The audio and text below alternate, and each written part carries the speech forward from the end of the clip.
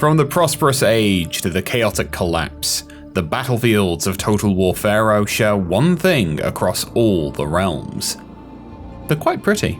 Photomode is being added into Total War PHARAOH, so you can capture the glory of the ancient kingdoms, the close victories, and this hippo. What a chill dude. Let's check it out.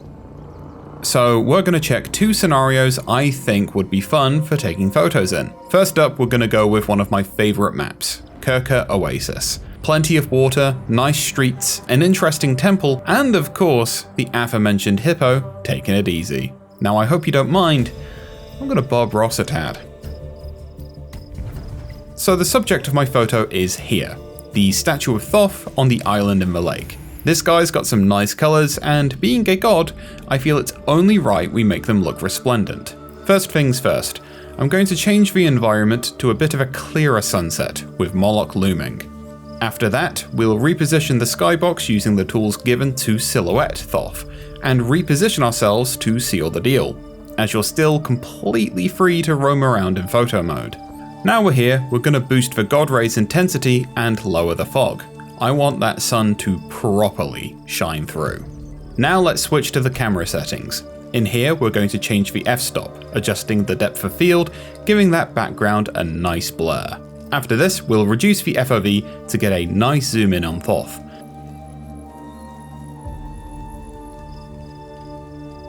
And then I'm going to reduce the exposure, making the camera take in less light, as I like a nice crunchy image. That's just a personal preference. Moving on to filters, in here it's worth experimenting to see which effects apply the color grade you're looking for, ranging from nice warmths to frosty colds, with some nice in-between, such as singular color pickups. I'm going to stick with legendary here, as the warmth brings out the most of the dusk in my eyes, and the additional contrast is very nice. I'm also going to up the saturation to break out some more warmth, and the contrast because, as said, I love me some crunch. We're going to do some final tweaks here and there with positioning and god rays, and then we'll head into frames and apply some nice black bars, which you can utilize for either horizontal, cinematic approaches, or square and vertical if those take your fancy. Okay, now that Thoth looks nice, let's move on to our next subject.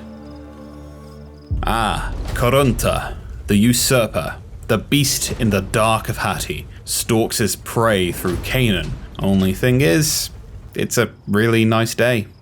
I don't think he'd be a fan of that, so let's get to work. Heading into photo mode, we can use the environment once again to change the map to night, and after playing with the tools we utilized before, we can transform this from Karunta's nice daytime jaunt to the impending doom march of Hati's shadow descending upon Canaan. Pressing the persist in battle button as well allows these conditions and camera settings to remain on the battlefield once we exit photo mode. And if we really wanted, we could also change the environment to storms, something Karunta is very used to.